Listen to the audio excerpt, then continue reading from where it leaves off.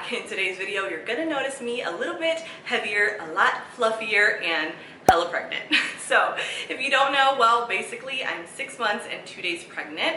You will notice that I'm very out of breath, and that's okay. I think these are things that come along with pregnancy. They say with pregnancy you get the urge to just like change things up about yourself, and that definitely happened to me.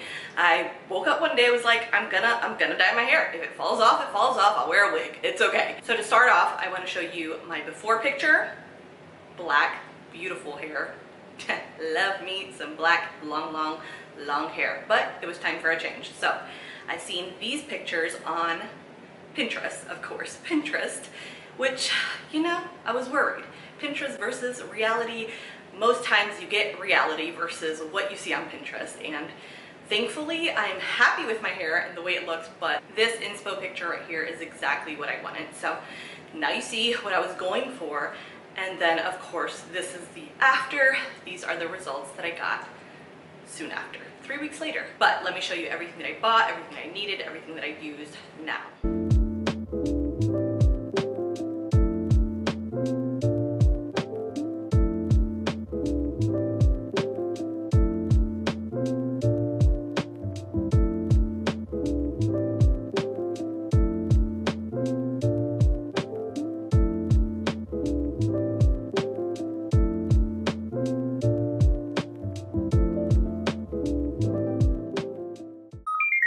First things first, my first step one, is we're gonna use some Color Zap.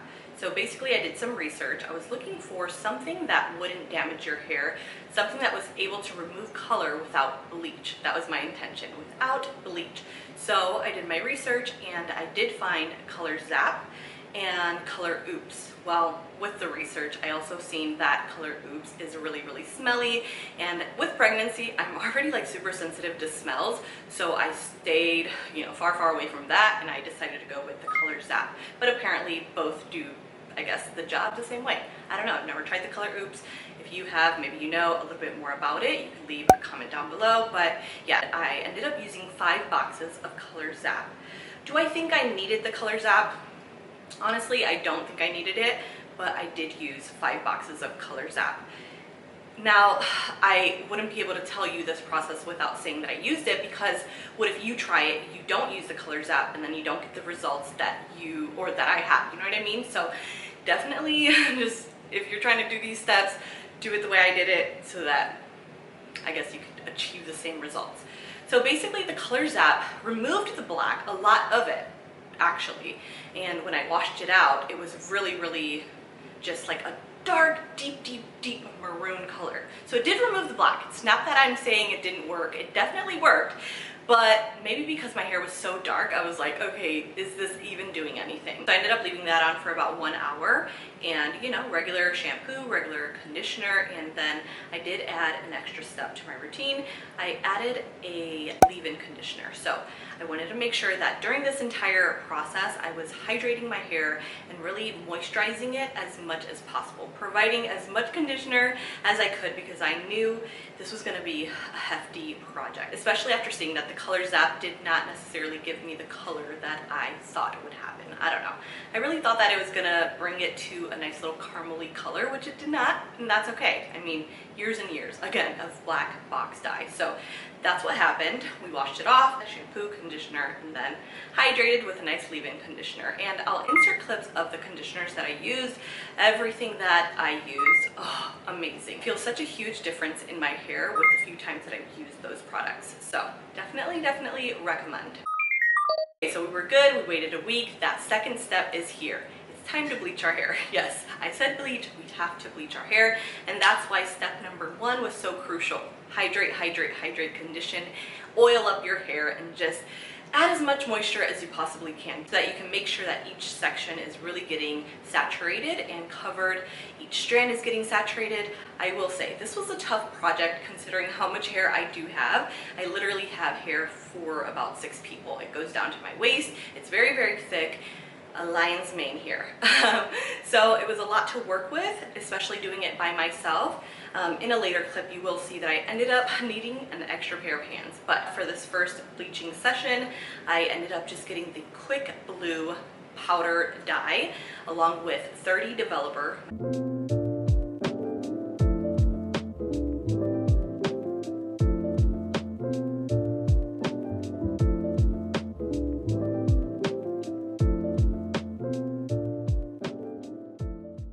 Once I was able to saturate each section, then I went ahead and left it on for an entire hour.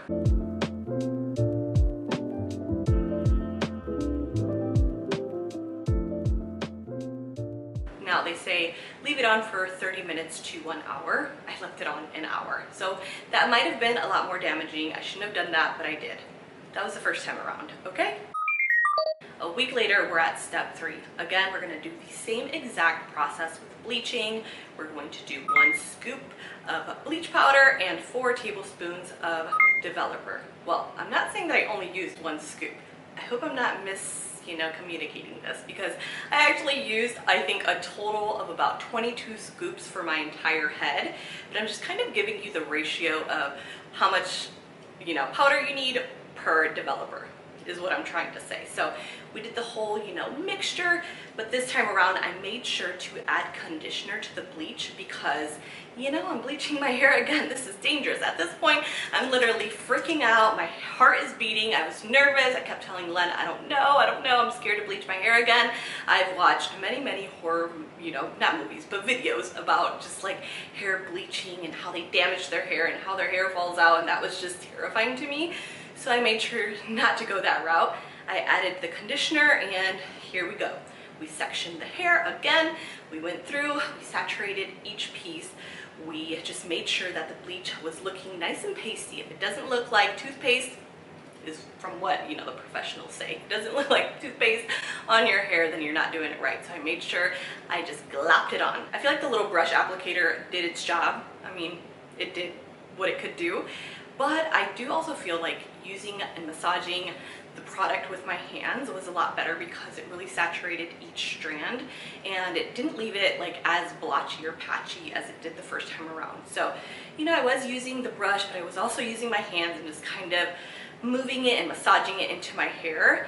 Now I also added some foils. Did I mention that in the first time? I don't know. But I was definitely adding foils to my ends once I saturated all of the hair. So basically the foils are going to act kind of as a heat absorber. You really want, especially when you're bleaching darker hair, you really want heat to make the product work. I guess the heat is what makes the product work. Again, I'm not a professional. This is me just doing what I've seen, watching a million videos, and deciding to pursue it myself. So don't quote me, I'm not a professional. This is what I did. So far, so good. The process was going amazingly. Things were going great, so I thought, until, I decided to multitask and I decided to do my work at home while leaving the bleach in my hair instead of just checking my hair, constantly checking your hair. It's very crucial. Let me repeat that. Very crucial to continue checking the foils, making sure that your hair is not over processing.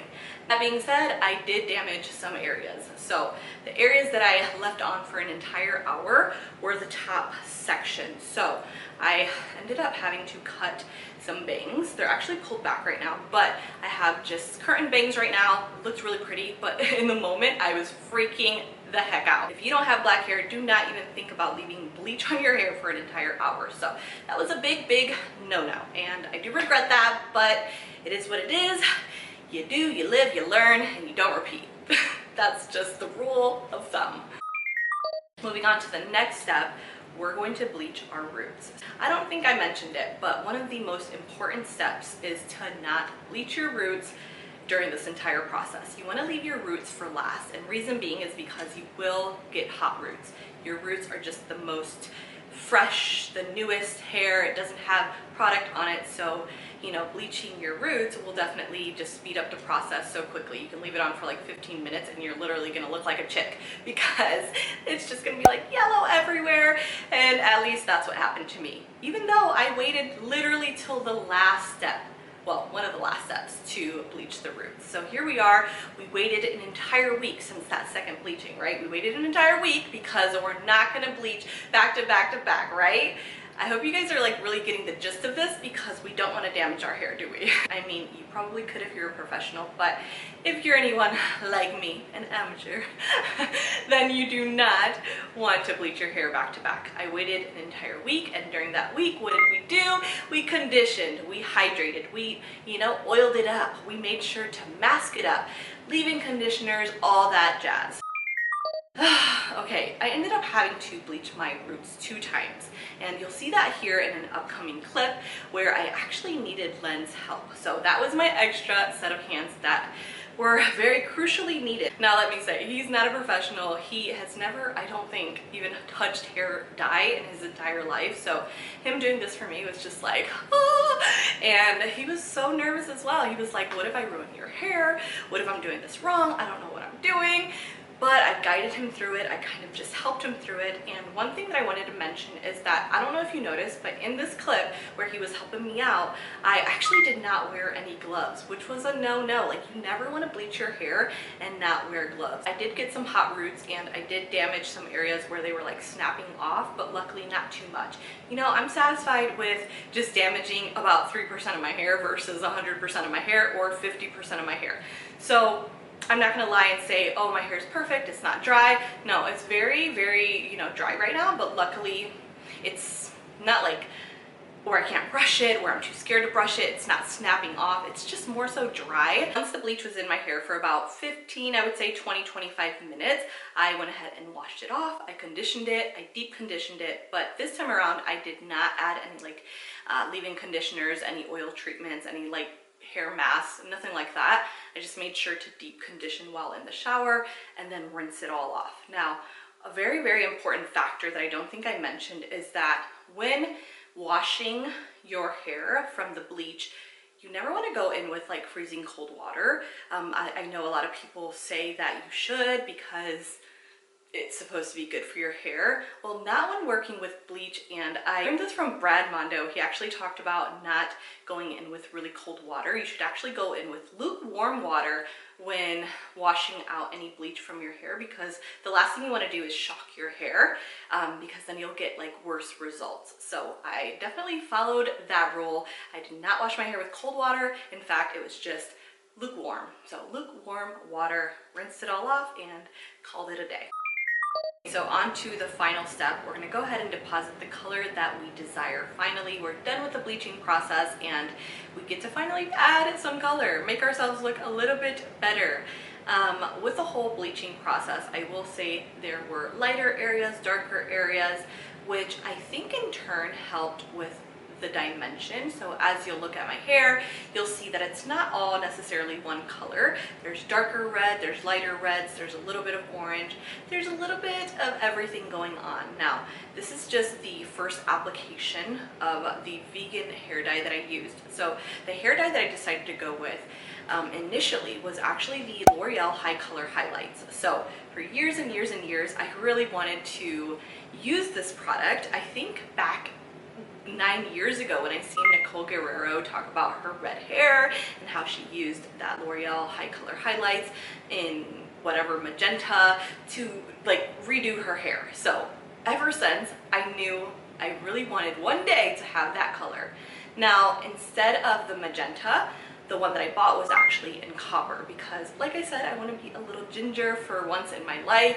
It's just so pretty. I think gingers are just adorable, and with just fair skin, you look amazing. I mean, even dark girls, everyone really looks really pretty in ginger hair. With evaluating my hair, seeing and going through it and noticing how dry it was, how damaged it was, I knew that I had to take a break. The colors that I ended up using were Cajun Spice by Adore and Orange Blaze. So every bottle of Cajun Spice, I would add a bottle of Orange Blaze and then an equal part of conditioner. So every time that I added any product into my hair, I made sure to make the mixture with conditioner, just so that I was, just hydrating my hair as much as possible. So that's what I did. I ended up using one whole bottle on my roots. As you've seen, my roots were like super, super orangey, yellow, whatever color that was. Very, very intense. They're called hot roots. And so I knew I needed to take the darkest color that I had and apply that all over my roots first before doing the concoction of the orange blaze with the Cajun spice with the conditioner. So all over my roots, you're gonna see just Cajun spice. That's it, Cajun spice. It's nice and gingery, but not too bright, not too orangey. And that's what I wanted because we needed to tone down that craziness. I was worried. I wasn't sure if that was gonna work out, but it did. Fortunately. That is everything that I ended up using, doing this entire process.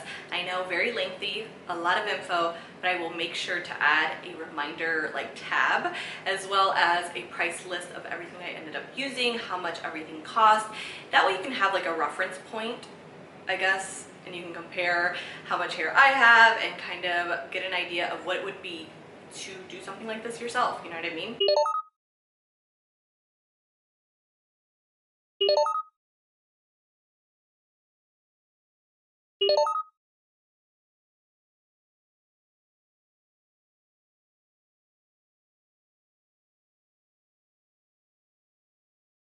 Shawty's like a melody in my head that I can't keep out. Got me singing like na na na na every day's like my eyeballs stuck around.